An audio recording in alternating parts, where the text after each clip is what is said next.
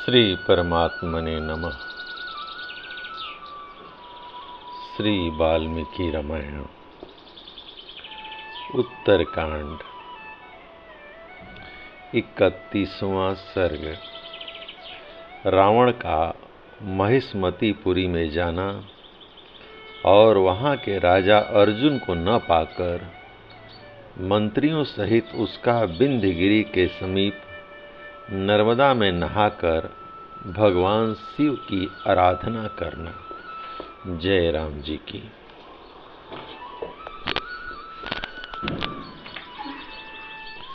तदंतर महातेजस्वी श्री राम ने मुनि श्रेष्ठ अगस्त्य को प्रणाम करके पुनः विस्मय पूर्वक पूछा, भगवान द्विज श्रेष्ठ, जब क्रूर निशाचर रावण पृथ्वी पर विजय करता घूम रहा था, उस समय क्या यहाँ के सभी लोग शौर्य संबंधी गुणों से शून्य हो गए थे? क्या उन दिनों यहाँ कोई भी क्षत्रिय नरेश अथवा क्षत्रियेतर राजा अधिक बलवान नहीं था, जिससे इस भूतल पर पहुंचकर राक्षस राज रावण को पराजित या अपमानित होना नहीं पड़ता? अथवा उस समय के सभी राजा पराक्रम शून्य तथा शस्त्र ज्ञान से हीन थे, जिसके कारण उन बहुसंख्यक श्रेष्ठ नरपालों को रावण से परास्त होना पड़ा। श्री रामचंद्र जी की यह बात सुनकर भगवान अगस्त्य मुनि ठठाकर हंस पड़े और जैसे ब्रह्मा जी महादेव जी से कोई बात कहते हों, उसी तरह वे श्री रामचंद्र जी से कहने लगे, पृथ्वीनाथ भूपाल शिरोमणि श्री राम इसी प्रकार सब राजाओं को सताता और पराजित करता हुआ रावण इस पृथ्वी पर विचरण करने लगा। घूमते घूमते वह स्वर्गपुरी अमरावती के समान सुशोभित होने वाली माहिष्मती नामक नगरी में जा पहुंचा, जहां अग्निदेव सदा विद्यमान रहते थे। उन अग्निदेव के प्रभाव से वहां अग्नि के ही समान तेजस्वी अर्जुन नामक राजा राज्य करता था, जिसके राज्य काल में कुशास्त्रण से युक्त अग्नि कुंड में सदा अग्नि देवता निवास करते थे। जिस दिन रावण वहां पहुंचा, उसी दिन बलवान है राज अर्जुन अपनी स्त्रियों के साथ नर्मदा नदी में जल क्रीड़ा करने के लिए चला गया था। उसी दिन रावण महिष्मती में आया। वहां आकर राक्षस राज रावण ने राजा के मंत्रियों से पूछा, मंत्रियों, जल्दी और ठीक ठीक बताओ, राजा अर्जुन कहाँ है? मैं रावण हूँ और तुम्हारे महाराज से युद्ध करने के लिए आया हूँ।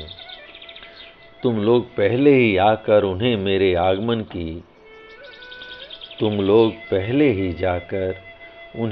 आगमन की सूचना दे दो।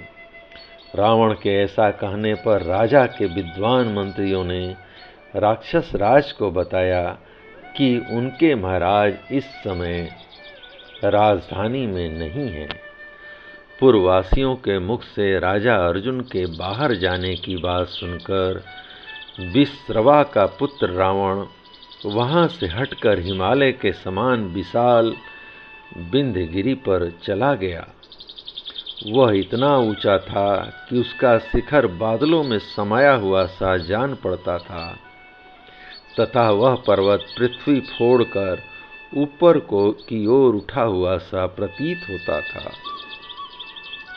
विंध्य के गगनचुंबी शिखर आकाश में रेखा खींचते से जान पड़ते थे। रावण ने उस महान शैल को देखा। वह अपने सहस्त्रों श्रृंगों से सुशोभित हो रहा था और उसकी कंदराओं में सिंह निवास करते थे। उसके सर्वोच्च शिखर के तट से जो शीतल जल की धाराएं गिर रही थीं, उनके द्वारा वह पर्वत अट्टहास करता सा प्रतीत होता था। देवता, दानव, गंधर्व और किन्नर अपनी अपनी स्त्रियों और अप्सराओं के साथ वहां क्रीड़ा कर रहे थे। वह अत्यंत ऊंचा पर्वत अपनी सुरम्य सुषमा से स्वर्ग के समान सुशोभित हो रहा था। स्फटिक के समान निर्मल जल का स्रोत बहाने वाली नदियों के कारण वह बिंदगिरी चंचल जिह्वा वाले फनों से उपलक्षित शेष नाग के समान स्थित था। अधिक ऊंचाई के कारण वह ऊर्ध्वलोक को जाता हुआ सा जान पड़ता था। हिमालय के समान विशाल एवं विस्तृत विंध्यगिरि बहुत सी गुफाओं से युक्त दिखाई देता था। विंध्याचल की शोभा को देखता हुआ रावण पुण्य सलीला नर्मदा नदी के तट पर गया, जिसमें शिलाखंडों से युक्त चंचल जल प्रवाहित हो रहा था। वह नदी पश्चिम समुद्र की ओर चली जा रही थी। धूप से तपे हुए प्यासे भैंसे, हिरन, सिंह, व्याघ, ऋक्ष और गजराज उस जलाशय को विक्षुब्ध कर रहे थे। सदा मतवाले होकर कलरव करने वाले चक्रवाक, कारंडव, हंस, जलकुकट और सारस आदि जल पक्षी नर्मदा की जल राशि पर छा रहे थे।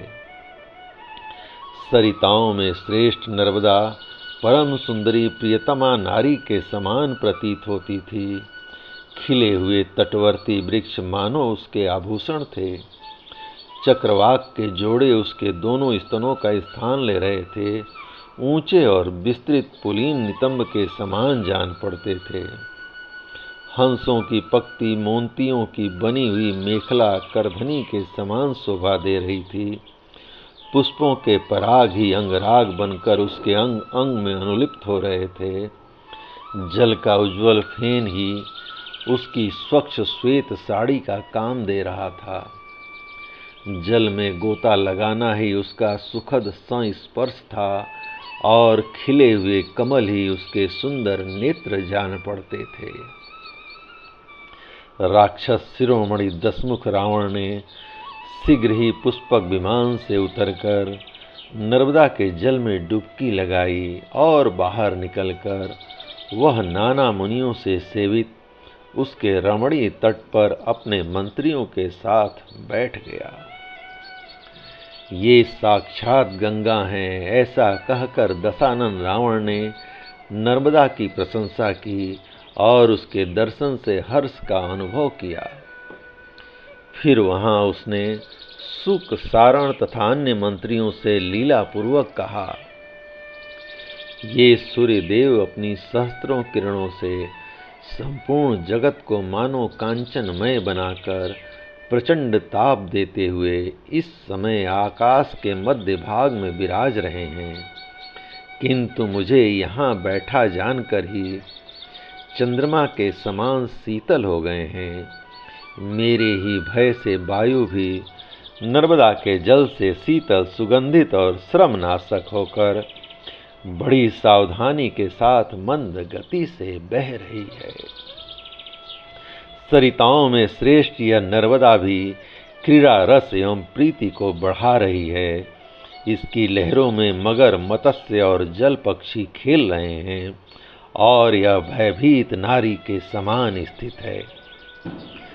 तुम लोग युद्ध स्थल में इंद्र तुल्य पराक्रमी नरेशों द्वारा अस्त्र शस्त्रों से घायल कर दिए गए हो और रक्त से इस प्रकार नहा उठे हो कि तुम्हारे अंगों में लाल चंदन रस का लेप सा लगा हुआ जान पड़ता है।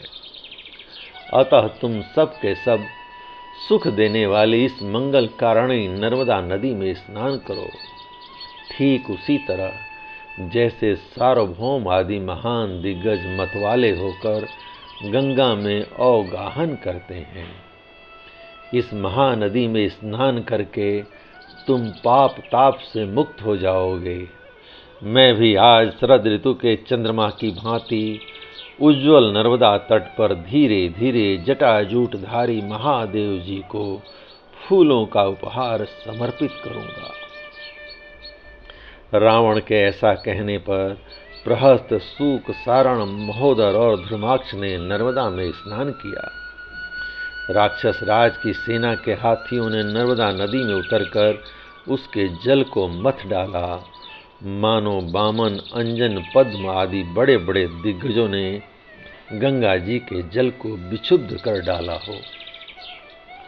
तदंतर वे महाबली राक्षस गंगा में स्नान करके बाहर आए और रावण के शिव पूजन के लिए फूल जुटाने लगे।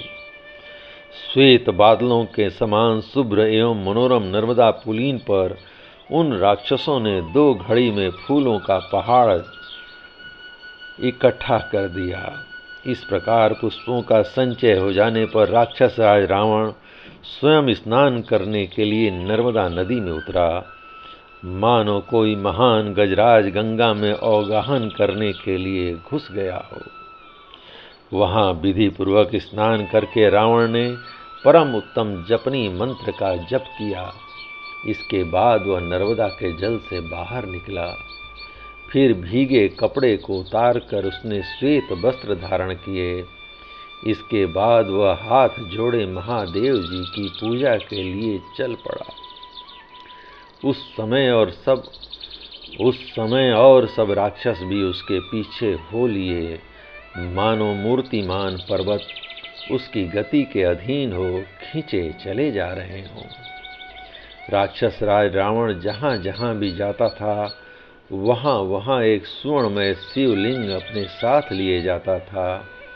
रावण ने बालू की वेदी पर उस शिवलिंग को स्थापित कर दिया और चंदन तथा अमृत के समान सुगंध वाले पुष्पों से उसका पूजन किया।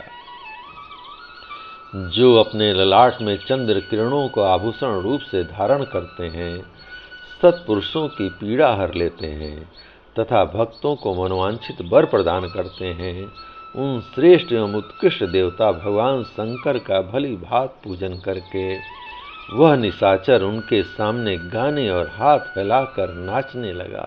जय राम जी की। इस प्रकार श्री वाल्मीकि निर्मित आर्ष रामायण आदि काव्य के उत्तरकांड का 31वां सर्ग प्रभु श्री राम की कृपा से पूर्ण हुआ। जय राम जी की।